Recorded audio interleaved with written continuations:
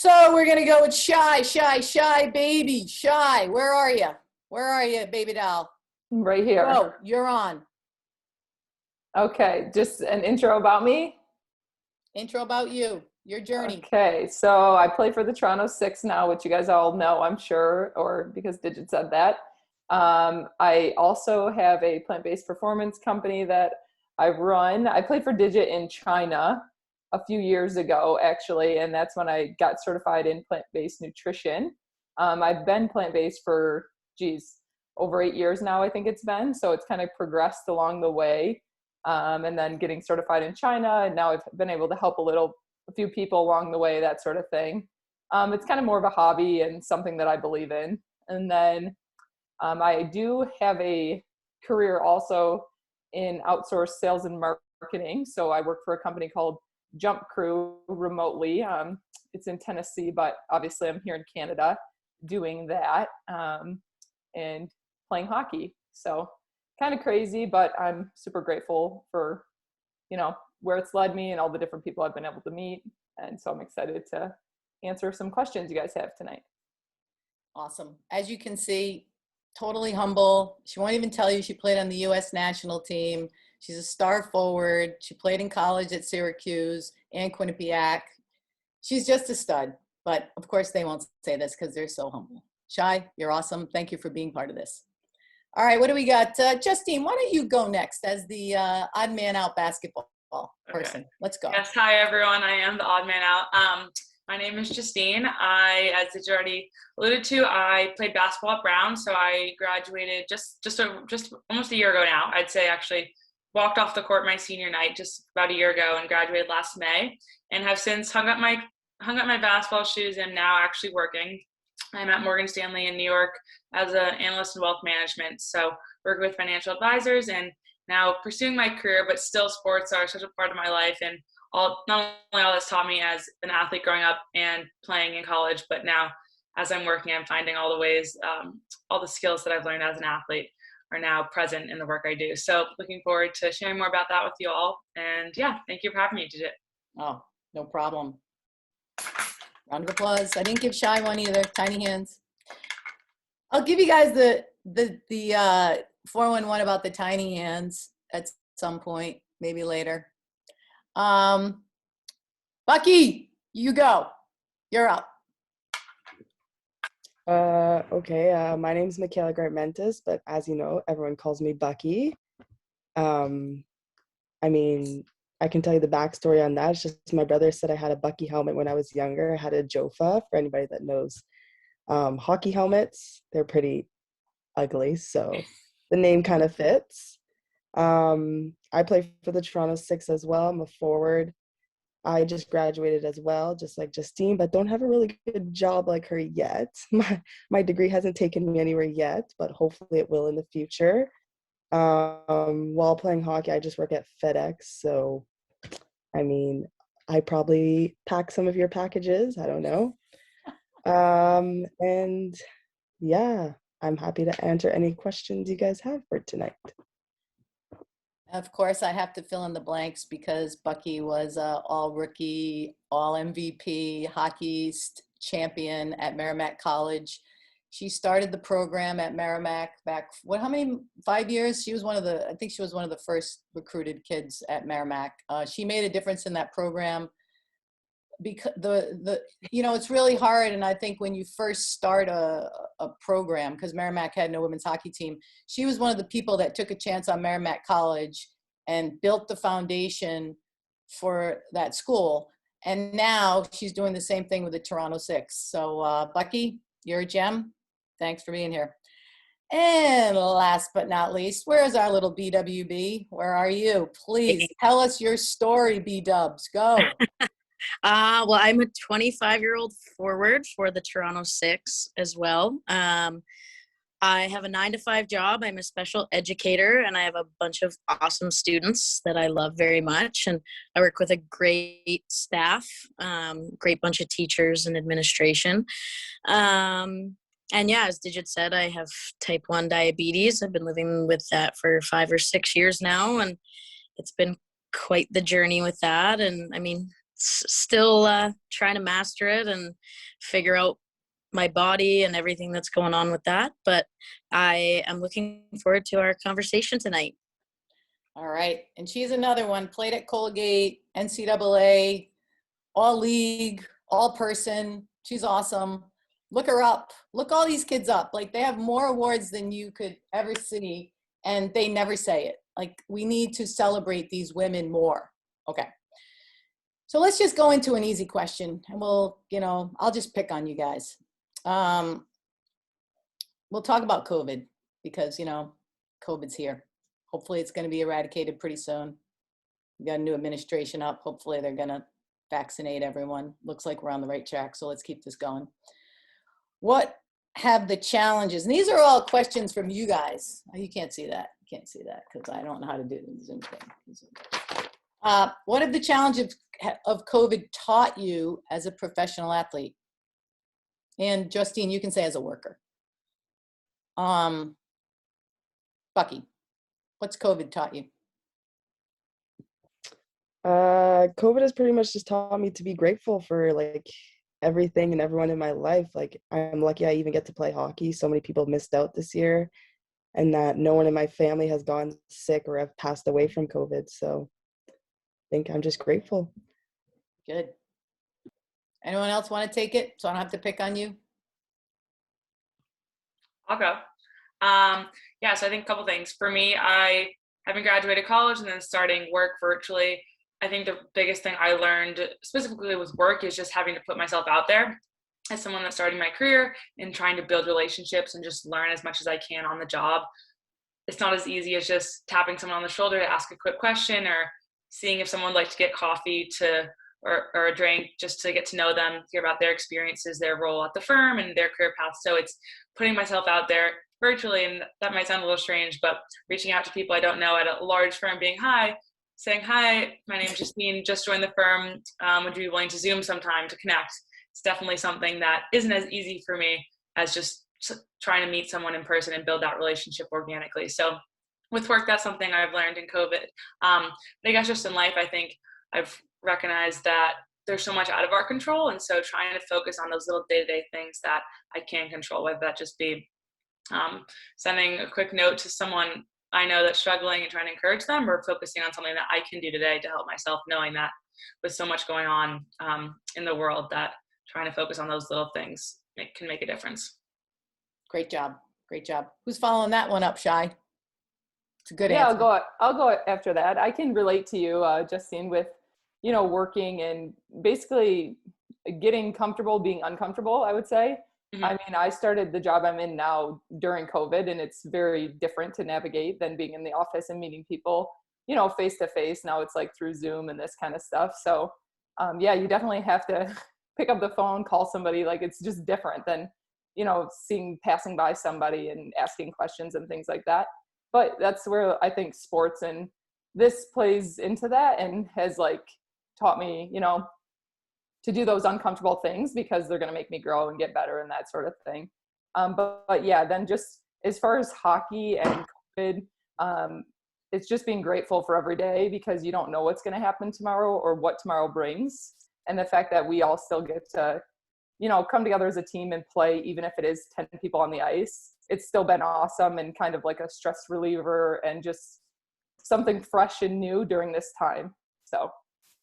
Yeah, I was talking to Kuzi today because Mark Kuzi's at RBC, and she's like, oh my God, thank God practices are back, right? Because you're in your little bubble all day, and then all of a sudden you get to go to practice and hang out with people. And, you really don't understand how much you crave human interaction. Like, I just had 14 days of quarantine. I don't know if you guys have been following me on Insta, but I feel like I've been in jail.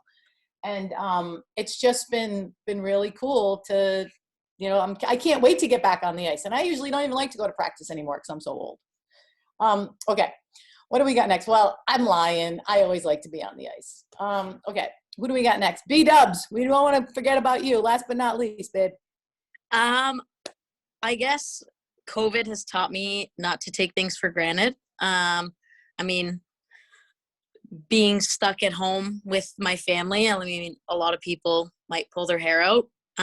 But I enjoyed every second of being home with my loved ones. And I mean, it does make you miss the other people in your life too if you're not stuck at home with them. So it definitely made me appreciate my friends and family a lot more. And I think definitely moving forward, even when we're not in lockdown, it's definitely showed me that I should keep in touch with those people and not lose those relationships, and definitely cherish them, because you never know what tomorrow has in store. And I think that's also a huge lesson that COVID has thrown at us. So. All right. I want to stay on the COVID track, because I think people on here, we got coaches and we may have kids on this. How did you guys stay in shape during COVID? Because I know when we were with the Six, I don't know if anyone's watching our Insta or our Twitter or whatever. We're outside in the freezing cold, working out in Canada. We had a tent over us, and Jesse took everything outside so that we could work out outside. And I think Tim Sauls is here from North Carolina. I don't think you guys have any COVID rules, so you stay out of it. We have a lot of cowboys from the US that were just working out without masks on, but up here in Canada, we pay attention to the rules, right? Which is kind of a weird thing. I'm in Canada because sometimes I don't pay attention to the rules. But anyways, how do you guys stay in shape? What do you got? I know Shy's got an answer. They built their own gym, right? Yeah, home gyms are great. I mean, you gotta get creative, for sure. Does anyone do any YouTube workouts or any HIIT workouts or anything like that? I definitely got on the YouTube train. I was doing yoga all the time. But it was definitely hard at times to get motivated from home. And obviously you're nervous going out anywhere. But I went for my runs, and I walk the dog probably 30 times a day. He's probably the most happy out of this quarantine. But yeah, it was great for my mental health for sure. I struggled with it at times, but I think the fitness aspect, staying in shape, getting out, definitely helped with that. So I'm super grateful for the time I got to kind of work on myself when I wasn't at work, which was nice for a change. Anyone else? You don't have to answer if you don't want to, Bucky. Anything special? Justine, what did you do? You're not a pro athlete, but you look like you're in good shape. I am no longer an athlete. I can't say I've touched a basketball since my career ended, but I have been working out. I'd say with COVID, I really got into the habit of walking, and I know that's cliche, but quite honestly, I don't know if any of you encountered this, but I always thought walking was a mom thing growing up. It's only moms go for walks. And then when COVID hit, I was like, this is something I can do that's outside, that's some exercise. And I'd say after my basketball career ended, I needed some downtime. So I started walking, and that just became my COVID activity. And like BWB said, I also do yoga on YouTube, and I do yoga workouts and workouts through YouTube. And I realized, who knows the next time I'll get a gym membership, because I can just do it all from home. So someone that just graduated, I can save some money and utilize YouTube. And I know there's probably now, I don't have TikTok, but I'm sure there's TikTok workout videos out there too, and Instagram ones as well. So I guess trying to just make shift at home, but I found that walking and doing yoga in my non athlete life anymore has been great for me, and started to do some spin and workouts as well. So I guess a little different now that I'm no longer an athlete, but still staying active and finding that new normal. And don't forget Mike Chang Flow. I do Mike Chang. Mike Chang is a YouTube. Look him up. I love it. I do it every day. I have a strong core now. Mike Chang. Okay. Here's one. This is a good one. I think this is hard. How do you create a culture where women build other women up without losing the compete? How do you create a culture with building women up without losing the culture of compete? I know I have an answer, but I have an answer for everything. You don't got nothing. I stumped the panel. You got the one. We need to do Jeopardy, what do you call it? Secret Square or whatever it is. You got to raise your hand. Quick. Okay, go ahead. Okay, I would just say I think it's about recognizing that every individual, every woman, every teammate has something different to bring to the table. And so it's really focusing on embracing the strengths of each individual and figuring out how that can work, how you can all work together to be that team where you embrace every individual and their strengths on that team, knowing that people might have their differences, but you're all one team, and being able to lift one another up, support one another, and be part of that team, and realize that each of you brings something different to the table that is important to the success of the team, is something that I found as a teammate and as a leader on the teams that I played in the past, is something, one way that I found to embrace one another while supporting one another and still competing, not with one another, but together as a team, dominating those together. Yes. Well said. Any of the T6 gals have anything to add? I mean, I think you have to have the right people in place from the start. And I think, especially with our program, starting from scratch, I think Digit did a lot of the hard work, finding the right people with the right attitudes, people that were all heading in the same direction. And I think good people comes before good athletes when building a team. And I think, I mean, a lot of that comes from the leadership. I mean, captains and coaches as well. And I think Digit's positive energy does a lot of good for us. And I mean, it doesn't pit us against each other. It makes us want to compete against each other and get better together, as opposed to competing against each other for ice time or whatever it is. It's more of a mentality of competing so that we can make each other better. And I think Digit, her positivity and encouraging everyone, even when we make mistakes, is huge. I got to say something. The reason why our team is so good, BW brings up a good point, is because every player that we recruited to this organization was recruited for the mission of inclusion, empowerment, and education, and hockey. And all these people are really about the mission. They believe, and not only do they believe in the mission, they believe in each other. And we had the founding five, which was Shy, Chuli, Taylor Woods, Barbs, and Greco. And those guys kind of did outreach to vet the next level T6 group. So, you know, great people beget more great people, beget more great people. And then you're all friends, but you all have to have thick skin in order to learn and grow. And I think that's a life skill. And all these players that we have are great people, and they're great life learners. I'm not kidding. Like, and you know, you all get like, you know, you're on the bench and like you get a little, or, you know, people are kind of pissy because that's what happens when you play sport, right? But if you're just transparent about how you're going to do things as a coach or how you're going to do things as a leader, and then you follow those rules consistently. Parents out there, it's the same thing with parenting. You know, you can't be telling your kids, you know, I'm going to stop this car and beat the crap out of you, because you can't do that because you'll get arrested.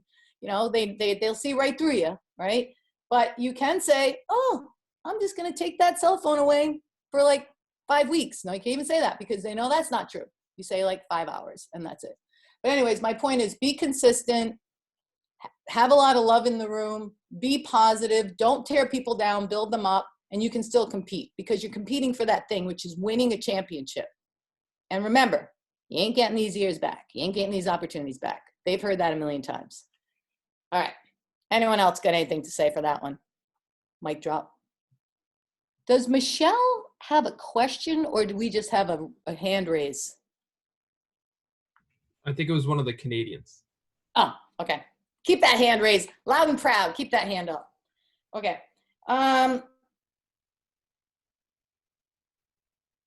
Here's another one. What is one of the biggest challenges for women's sports, and how do you think we can combat that challenge as athletes? What is one of the biggest challenges for women's sports, and how do you think you can combat that challenge? Like, what's the do? Here's the problem, here's the solution. Biggest problem from your perspective. There's no wrong answers. I don't know if it's the biggest problem, but one of the problems, I don't want to say, oh, there's a ton of problems, but I would say like exposure and, just as far as how big of a deal it is that we're on NBC. Like, it's crazy. It's 2021 and, we're so pumped to be on that stage to play. Like, it's kind of mind blowing in a sense. But obviously every step in the right direction is a good step, I would say. But the more exposure, and for all sports, for all women's sports across the board, the more like younger female athletes or younger kids in general can look up and see those leadership like role models and think, hey, I can do that too, right? Like, it all stems and goes to the next generation further down. So I feel like, as we continue to grow it, it's only going to get better from the bottom up, if that makes sense. So what do you do to combat it? Like, when they say, like, do you think like more exposure would mean what? Is it doing more games? Is it doing more events? Like, how do we get more NBC? Yeah, I mean, it definitely is, but then I think there is part of it too, like getting more girls in sports at a younger age. So they kind of go back and forth to each other, right? Because the more you get at a younger age, as that progresses and get old, like the more females there are in sports. But obviously, I think to help get more kids and females in sports, having these role models and things on TV that you can look up to, like growing up, I would watch the NHL and, aspire to do that. But like, what is that? For me at the time, there wasn't a professional women's league. All there was play for Team USA. Now that's changed. We've changed the narrative on that and things. So I don't really know what the exact answer is. I think there's a lot of different moving parts to it. Okay. Anyone else? Problem in women's sports, how do we solve it? I would kind of go off what Shiann said, but I think too, it's how do we create more awareness of this issue of lack of exposure in women's sports being televised, broadcasted, communicated about.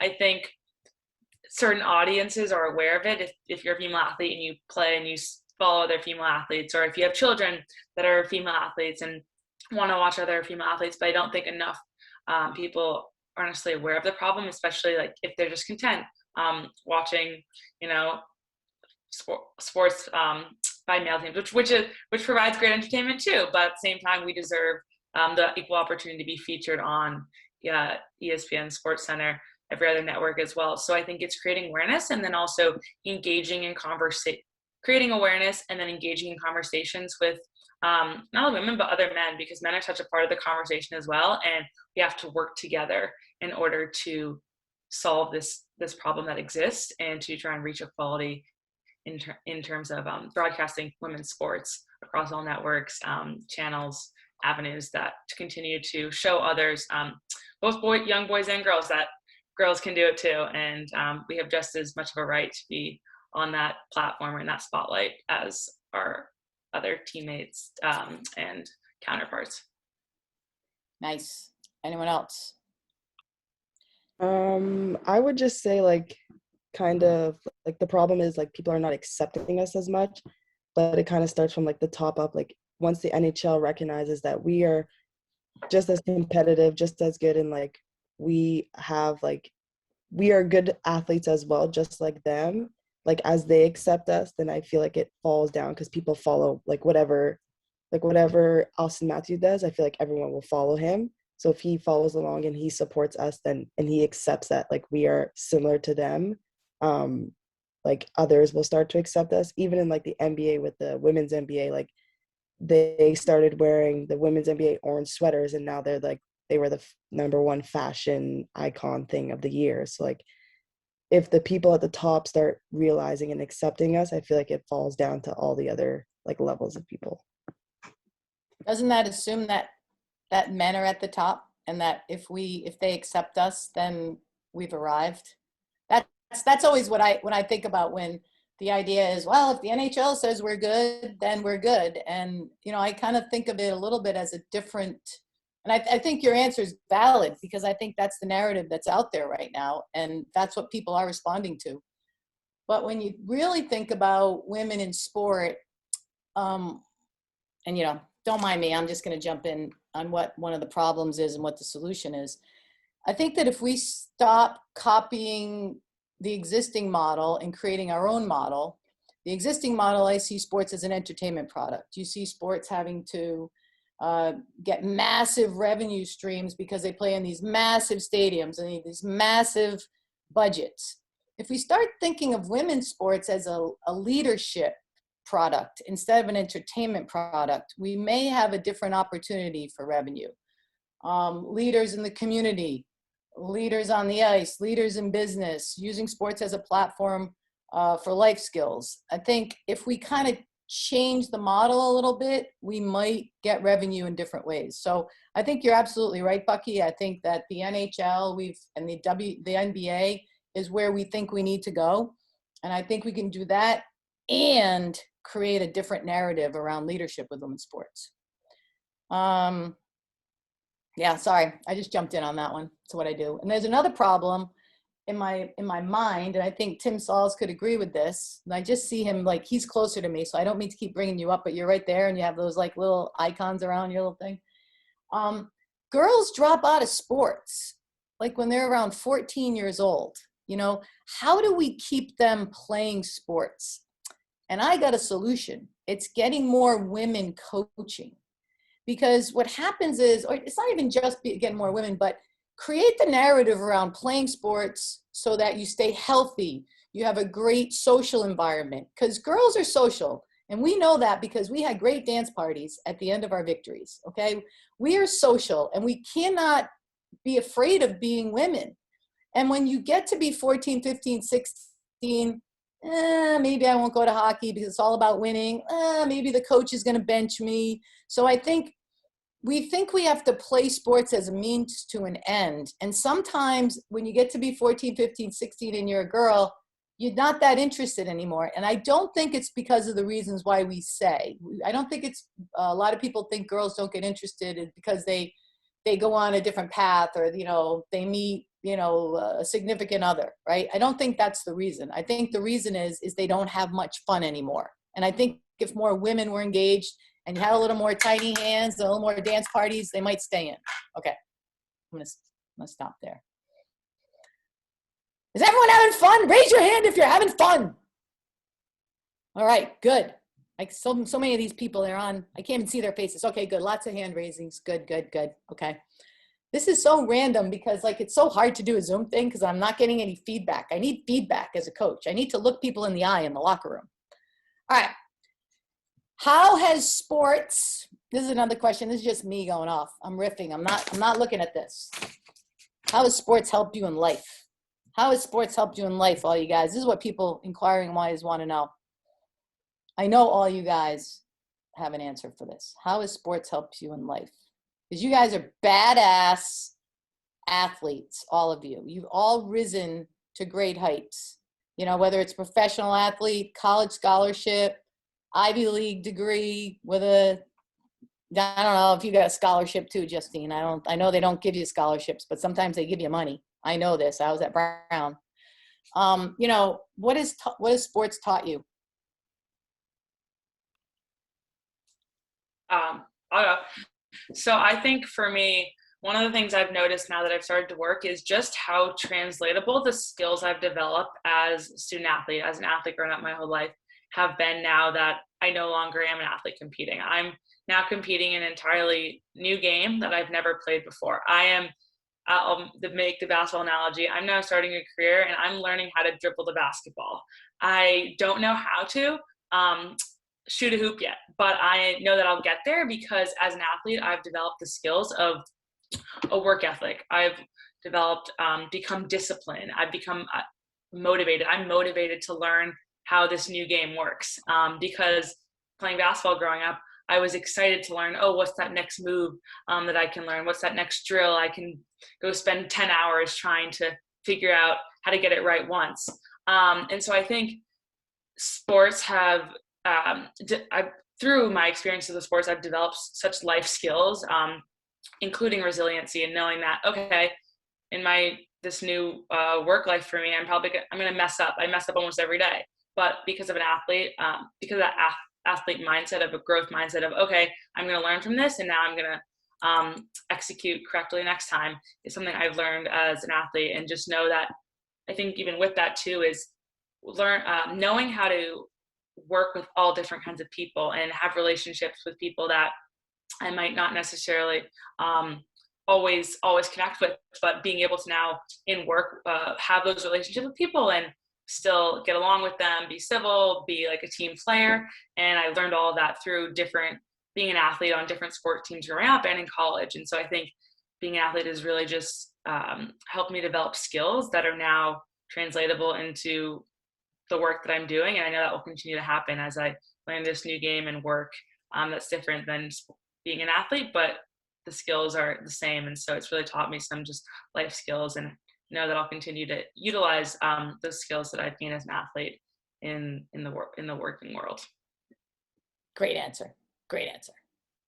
Who else do we have? Where's my next victim? Come on. I'll go. I mean, I don't want to repeat the same thing, but I agree with everything you've said, even with myself in the professional world as well. But I mean, they've shaped my life, honestly.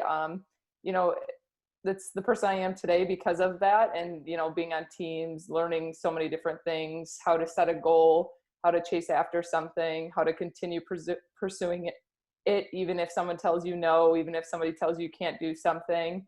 You know, so many times things have happened like that in my hockey career, but you keep going because, you know, something good's going to come at the end, and it's what you put your heart and everything into it. And then taking that now into where I work in the workplace and things like that, I think the same things, it's super applicable. You know, to have that same drive and be successful in my job, it is a lot. I credit that to playing hockey and sports, I guess. And then as far as you know, being around teammates and learning different personalities and taking that into the workplace as well, again, sort of like Justine says, that really helps, because there are people that you don't see eye to eye with, or maybe don't agree, or, you know, disagree with them at times, but because of sports and working with different personalities and teammates, you learn how to handle those things and how to, you know, lead people, or learn from people and listen, and you know, move forward. All right. Anyone else?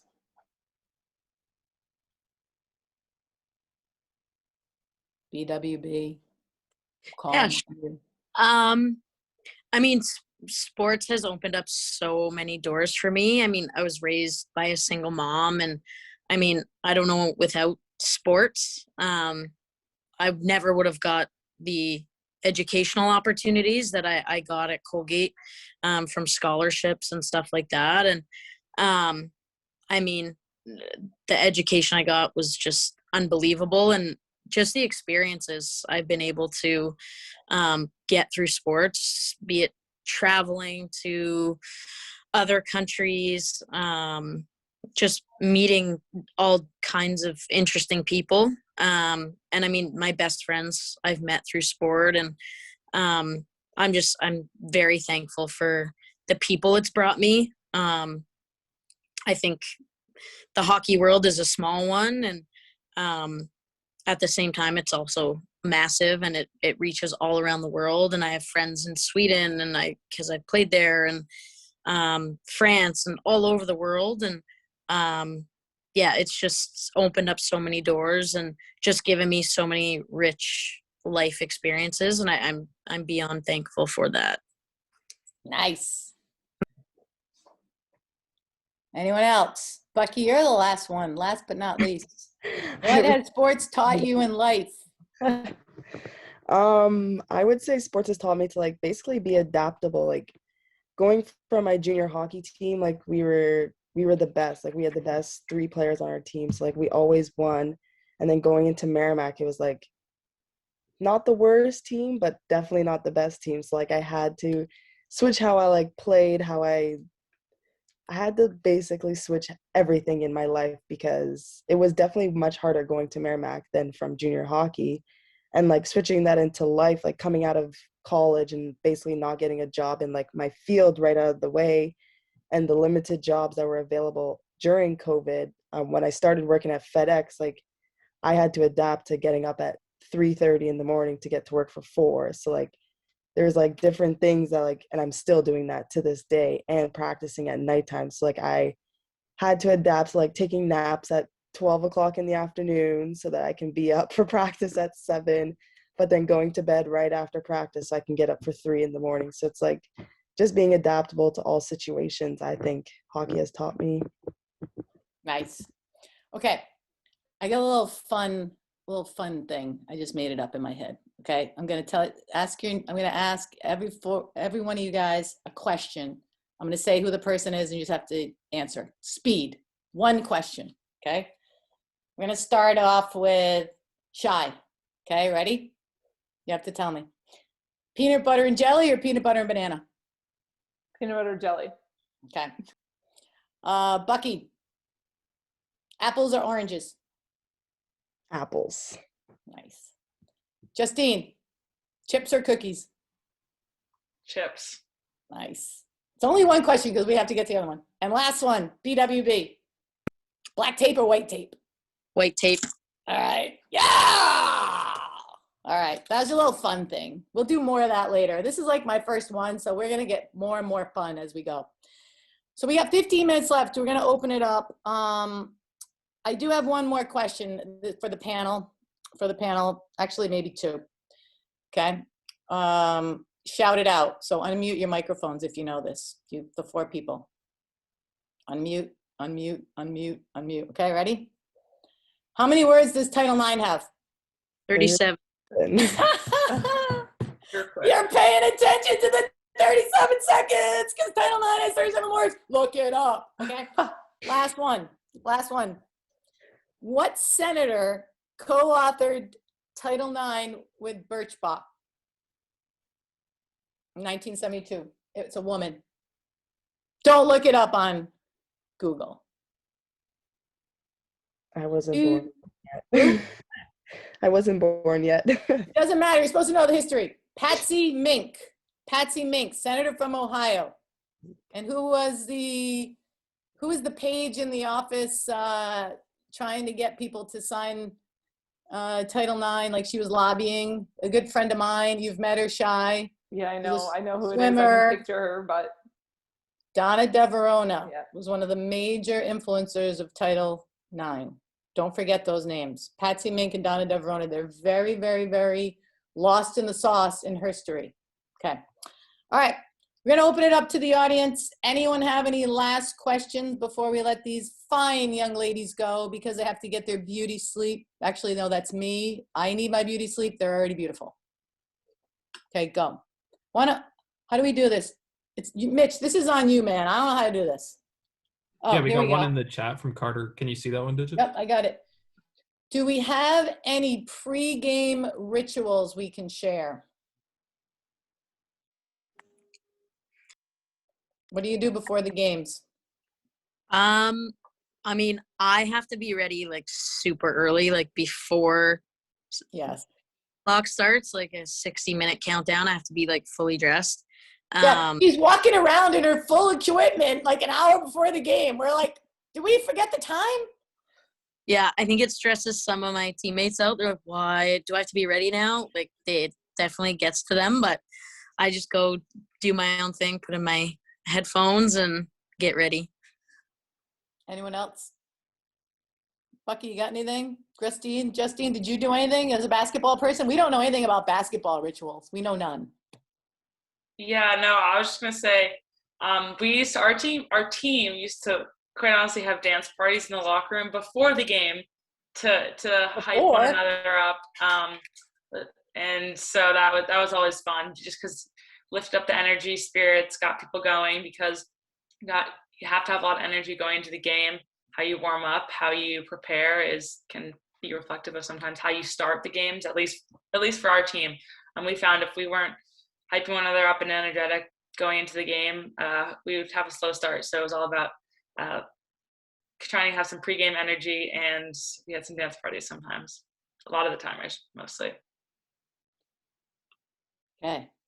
I got another, anyone else want to share pregame that has anything like fancy pants, like Shy or Bucky? Nothing major? Don't do anything? No, play keep ups or spike ball. I keep everything light. I don't really. Yeah. We're doing that while Bree's dressed in her equipment. And Julie's doing her little thing with Spiros, the warm-up thing, whatever she's doing. They have like, it's so funny, all the different rituals they have, and they're like, I don't know, whatever they're thinking in their head. I have a pregame ritual. I go out and hang out. We drink coffee. A lot of coffee for pregame ritual. All right, I got another one. BWB, Colton already also works in special ed. What has been the most challenging thing about working in this field during the pandemic? Where is she? I think probably the hardest thing for the kids has just been the inconsistency. I mean, you make a lot of progress and they get their routine down, and then all of a sudden the school is locked down again, and then they go home for 2 weeks, 4 weeks, whatever it is, and then get out of that routine, and then having them come back maybe for a couple days or a month, and then again it happens. I think that's been really, really tough on the kids. And you can see it in their behaviors for sure, that they're uncomfortable and they're confused, and they want their routine back. So I think moving forward, I think we're heading in the right direction, and I'm hoping no more shutdowns, just especially for kids on the spectrum. It's just, it's extra on them not having that routine that they're comfortable with. All right. Good answer. Good answer. Gabe is asking, as a coach, how can we help our athletes develop thicker skin? Ooh. Well, are you asking me? Because a lot of these kids are coaches too. I don't know. Like, I think I've become a much kinder, gentler coach. Wouldn't you guys say? One of the things that I've learned is how important for kids or players to be themselves. Like a lot of things that I say a lot about now is you go be you. You be you. If you want to be a jackass in the corner and act like a jackass, then I'm going to act accordingly and bench your ass, right? So I think it's just setting the expectation and making sure that you follow through with those expectations. If you're going to go be you, okay, and you're going to be the greatest player, and you're going to go be the person that works the hardest, you're going to be rewarded for that effort. Make the critique on the behavior and not on the person.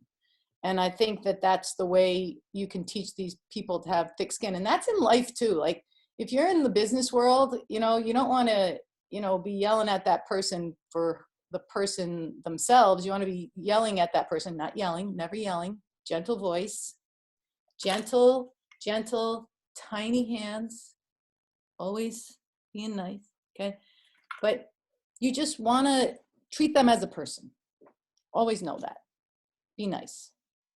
It's really hard because I used to yell and scream and really be a jerk coach, like really bad. And I really learned to be more zen and be more flexing and flowing, because that's the only way to make a world a better place. And just because you see it on TV, coaches yelling at their players doesn't mean you have to act like that. That's another see it, be it mantra. Like, be you. Like, I can't believe how much I've changed. And it's all for the better. And it's because I've been able to see these players as people first. And when you do that, it's not about them having thick skin. I think sometimes it's more about us being more human. Does that make sense? Okay. Everyone still having fun? Raise your hand. All right, good. I don't want to do me. Oh, BWB. How's being diagnosed with diabetes change your experience as an athlete? Any advice for young, oh my God, immunocompromised athletes? That was a big word, immunocompromised. I honestly think that as much as it sucks, diabetes was probably a good thing for me. I mean, it's kept me responsible for the food I'm putting in my body. Not that I was a bad eater before, but I'm definitely more health conscious now. And it keeps me on my toes, and it holds me accountable. for what I'm fueling my body with. And I mean, at times it can be a struggle, and mentally it can be draining when things just don't go your way, no matter what you're doing with your insulin or your sugars. They're just not cooperating that day. But I also think it's just given me a better outlook on life. I mean, I can never be negative and feel sorry for myself, or my body's gonna feel it. And I mean, it can be deadly. So I always have to stay positive and kind of keep my eye on the prize and keep my numbers in check. So in a way, I'm definitely thankful for the diagnosis of diabetes. But I guess any advice I'd have for any young kids that have diabetes or any other autoimmunes, I mean, you're just like anybody else. It just kind of gives you a little more character. It gives you something else to just overcome. And I think that is kind of adversity training at a young age. So I think it can be a good thing. And I think just keeping a positive look is probably the biggest piece of advice. I mean, yeah, you can have a pity party maybe once in a while, but for the most part, you got to keep it positive. And I mean, ask for help when you need it, and never be afraid to ask for that help. But yeah, keep your head up and just keep working hard and doing your thing. Very good. So thanks, Adi, for that question. I think that's almost all of it, except for Nicole's question, any extra tiny hands stories? Go 6.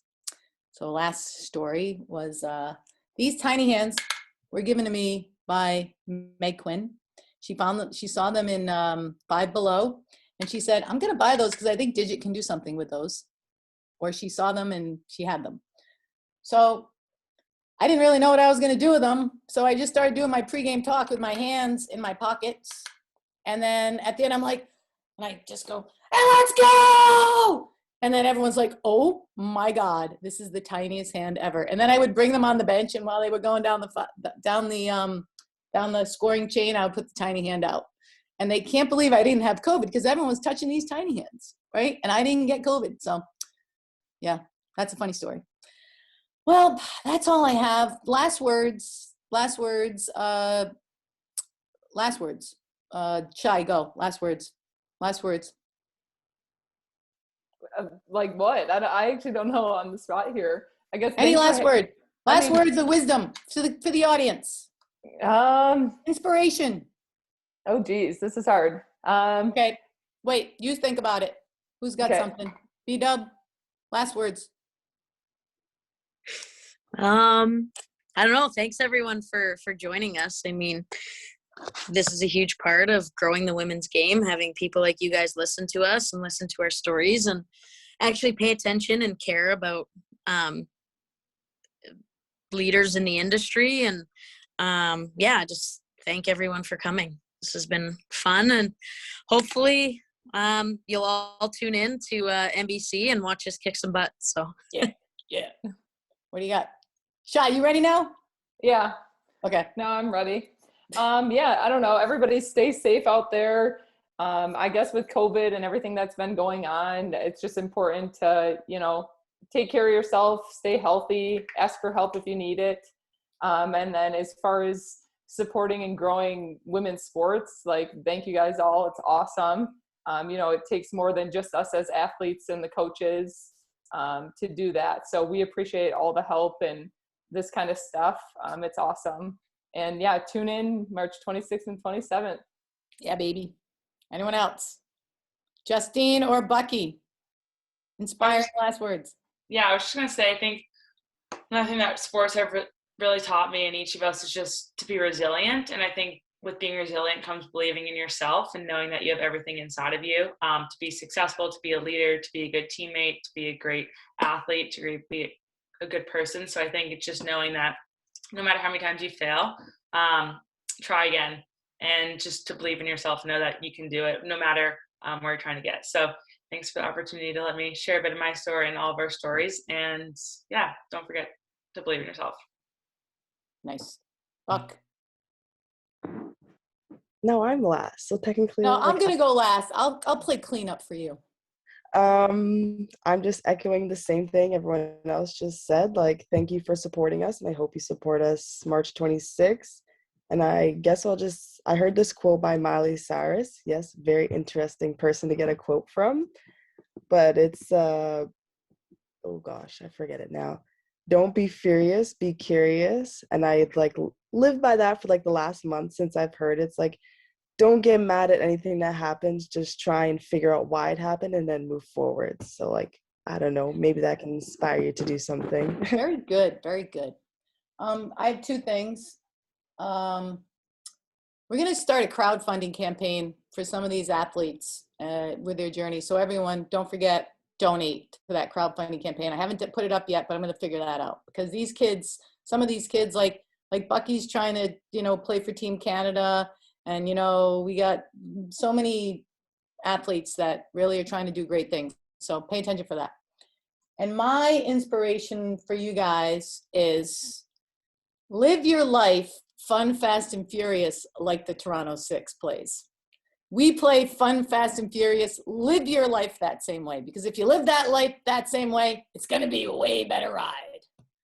That's it. Digit Murphy. 37 seconds. Oh, this is the wrong one. Sorry, this is Digit Murphy. Play Forward Sport. Bye-bye, people. Love you. See you. Miss you. Bye. Thanks, Digit.